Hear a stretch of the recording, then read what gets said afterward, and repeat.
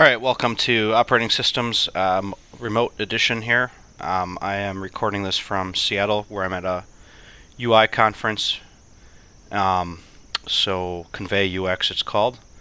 And I'll be recording one more lecture for operating systems this week. This first one is sort of still getting caught up from being a little bit behind. We're covering processes, and the second one is going to be about installing the kernel. So let's go ahead and get started.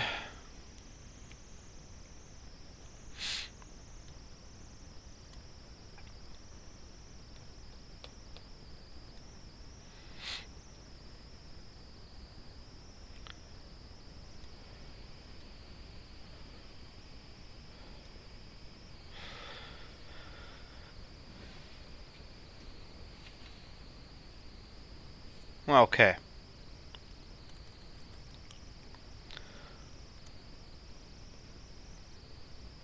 Last time we left off, we were talking somewhere around here with communication and message passing.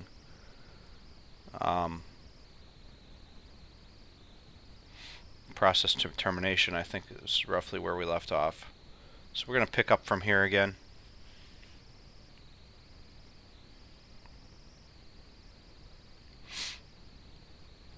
Now, with inter-process communication, it's important to remember that basically this is something that needs to happen quite a bit these days, because we have programs that are spawning a lot of different processes. Like it was mentioned that the Chrome browser uses this. A lot of programs use this sort of model.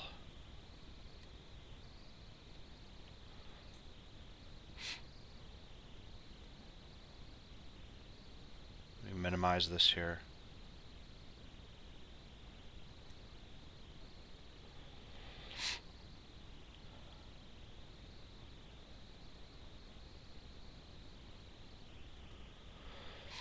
Alright, so basically we want to share information between processes. That's one important thing that we want to talk about. We want to do that via either a shared memory pipeline, where basically the two processes would share one area of memory, and or we want to do it via message passing. Here is what it might look like with shared memory, where two processes, over on the right you see two processes taking up separate chunks of memory, and then there's one shared memory area that's used by both of those processes.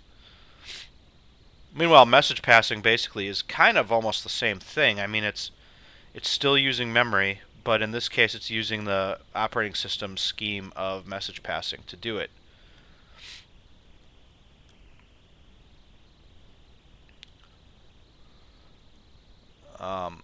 We can also have process cooperation, where it will help the information sharing between these two processes and make it a little more convenient. One paradigm we discuss pretty often in process communication is the consumer-producer problem, the producer-consumer problem. In this problem, the producer is producing some information that is being consumed by the consumer. So it's producing, say, like numbers or whatever it's producing, and that is being shared via a shared memory scheme or a message passing scheme, and then the consumer is consuming that information. So for example, this could be some of our shared information.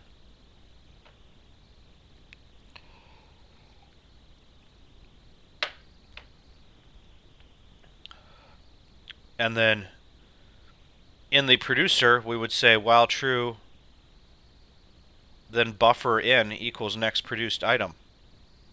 So each time we're going to go in there and we're going to make a new item. Meanwhile, the consumer basically says, okay, while well, in equals out do nothing. But then whenever I've got a new thing in there, I'm going to say next consumed equals buffer out, and then I'm going to consume that item. So we're using the same buffer array there. And that is essentially shared memory. That's what I mean by shared memory. So literally it's just that. It's an area of memory shared that the processes can use to communicate.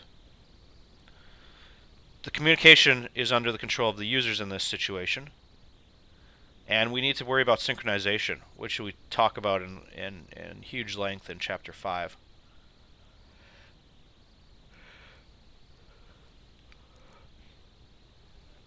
So that's one method, and remember that method basically revolves around us using this buffer, this concept of buffer, which is just literally an array that's shared by these two processes. Now another method is using messages. There's something called the IPC facility in Linux, and it provides a send and a receive. With this, we establish a communication link between these two processes, and then we can send and receive whatever we want. So send P comma message sends a message to process P. Receive Q comma message receives a message from process Q. So we have to establish these communication links. Once we establish those links, and basically those links are between two different processes, we can then do a send and a receive.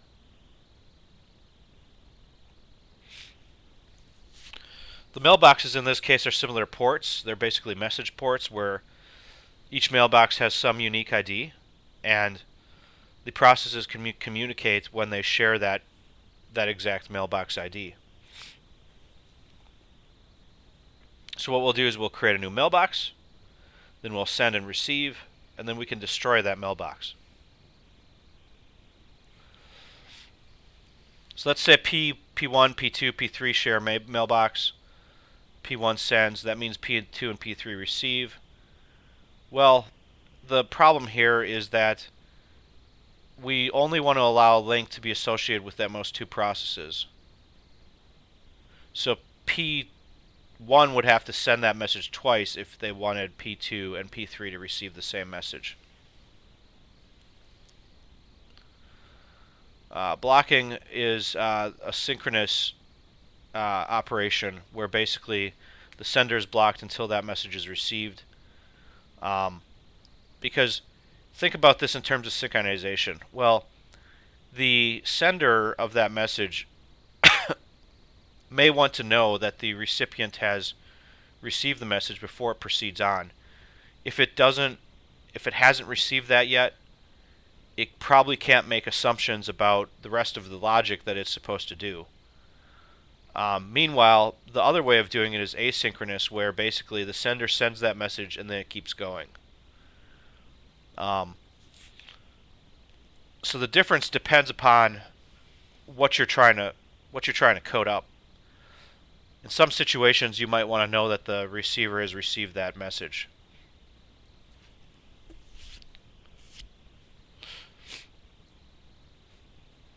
But anyway, the producer-consumer problem becomes kind of trivial with this, because we could basically say we have a next message, message next produced, and then forever we could just produce new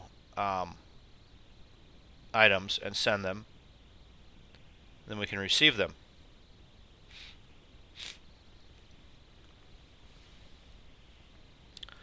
So we can essentially end up with a queue of messages attached to the link, and we can implement this as a bounded capacity list of messages, unbounded, or zero capacity.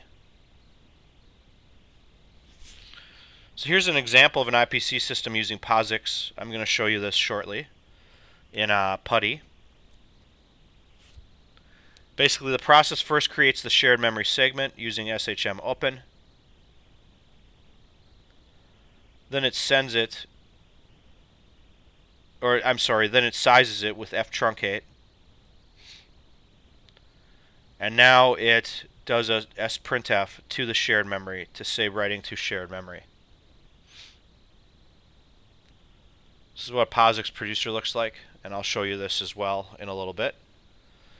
You can see we've got a main function here, and we're saying shm.open, ftruncate shmfd, memory map the shared memory object, which is ptr equals mmap, which means that we now have a pointer to that memory location. That's what this line is all about here, where it says ptr equals mmap. Then we write to that shared memory. So that's the producer. The consumer, on the other hand, can say open that same area of memory, get a pointer to it, and then print whatever is in memory. So it's again just consuming that area, whereas this one is actually writing to that area by doing a sprintf. This one is just reading from that area. So it's the difference of writing to the area versus reading from the area. We're going to skip Mac and Windows.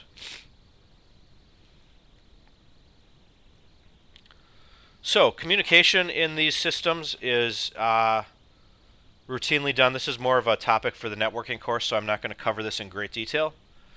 But this allows us to do things like socket communication, remote procedure calls, and pipes. Sockets are our endpoint for our communication.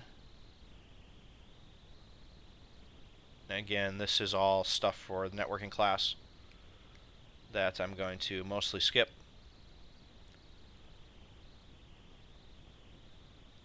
Pipes are conduits between two processes to communicate, so this is an important topic to cover.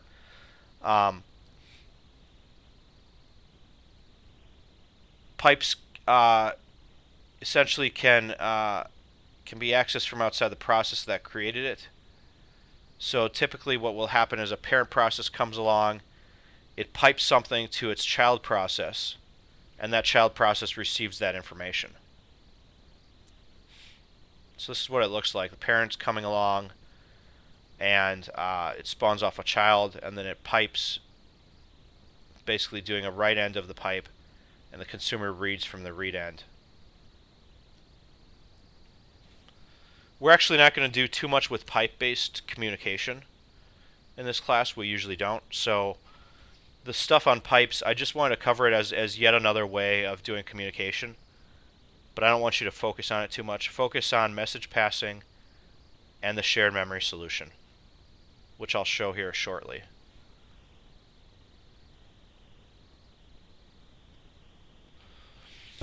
Log into ICS Linux.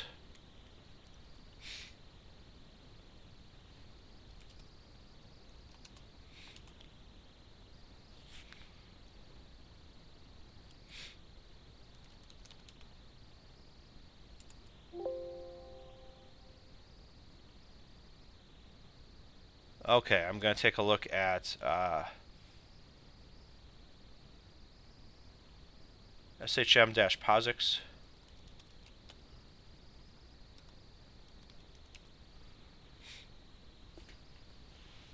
This is the program that we showed before. We're doing an shm get here.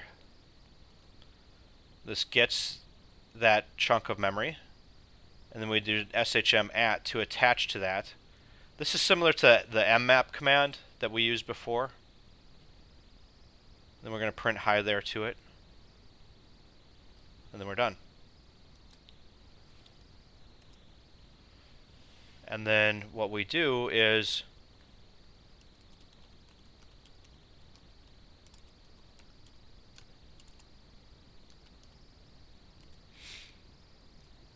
this is spawning off a child process. Oh, I'm sorry. This does not show what I wanted to show. This is just spawning a new process. So if I run the memory example, /mem. Okay, if I run /mem, that runs the shm-posix command. It basically attaches to this shared memory segment, which is 229377, at this certain hexadecimal address. And then it says hi there, and then we print it. So the printing of it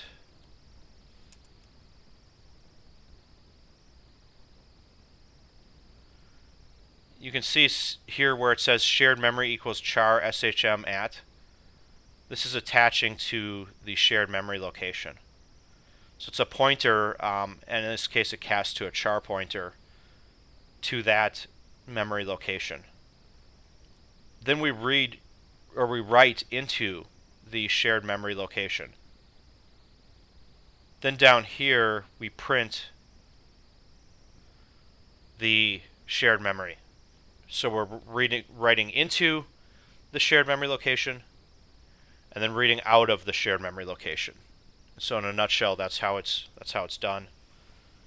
And that will conclude our content for today. I do have a lab posted, which you probably can't do much with until next time. That lab is basically to install Ubuntu.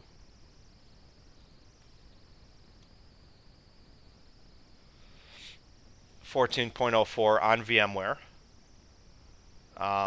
following the kernel compilation steps.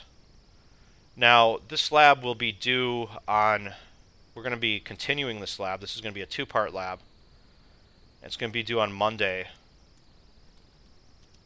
of the week that I'm back, which is the 6th.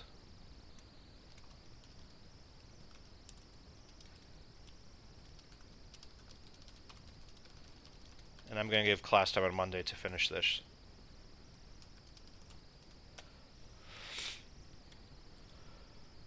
Alright, so I will see you online again for this class on Thursday.